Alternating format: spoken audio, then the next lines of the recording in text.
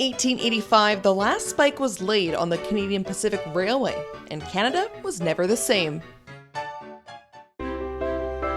Here at Squamish's Westcoast Railway Heritage Park, over 85 trains having helped transport people, as well viable resources such as wheat out west, now sit proudly parked on its 12-acre site in what remains Western Canada's largest heritage railway collection, one that I'm excited to tour today. Hi there! Hi, how are you? Good, you must be Johnny Jealous. I am. The one and only. One and only, and welcome to the Westcoast Railway Heritage Park. Having worked over 35 years as a conductor for BC Rail, Johnny lives and breathes trains. The heavy-duty equipment, it intrigues me. I like to be around it. Now, we have the Royal Hudson here, and the retiree, one of 20 volunteers spending years restoring these BC beauties to, if not beyond, their original condition. Our first stop, the Royal Hudson. Built in 1940, this steam engine locomotive is one of 5 having been preserved in Canada.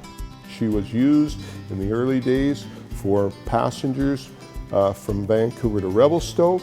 The actual steam is built from a firebox to a steam that comes all through the top here. It comes down to here to the pistons.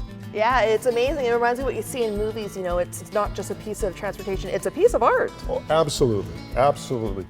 With steam engines requiring constant care, for railway workers, switching to diesel by the late 50s only made sense. It takes more energy to run a steam engine than it does to run a diesel locomotive, because you had to build up steam. You had to stop for water all the time. That takes up time. Running on a railroad, it's time is money.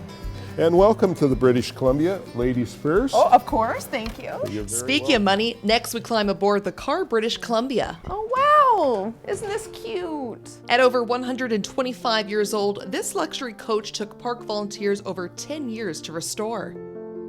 The woodwork that's been done in the inside, like the inlay wood from the early days, if you built something like that today, you couldn't afford to do it. Passengers eating and sleeping for up to 7 days aboard the posh vehicle, with the most upper elite enjoying extra special luxuries. And with that, it was on to our last stop of the tour. This 18th century wooden caboose, especially close to Johnny's heart. This is where the conductor, this was his office as well as his away from home. The tail end brakeman would sit up in the cubicle and watch the train to make sure there was never any fires on the side of the train. Would we find something similar like this today, or is it really kind of evolved for conductors? No, a conductor today will be riding with the engineer on the locomotive, and the engineer and the conductor would be going to a hotel. While the railway park relies heavily on volunteers as well community donations to breathe new life into these trains, for Johnny, it's a job he would do for free either way. It's a labor of love is what it is.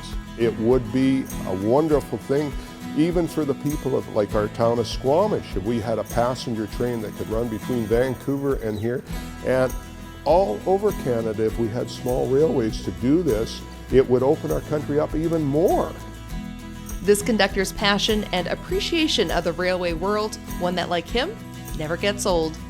I'm 70 here in another month, and I feel like I'm 18. In Squamish, I'm Vanessa Ybarra for Shaw TV.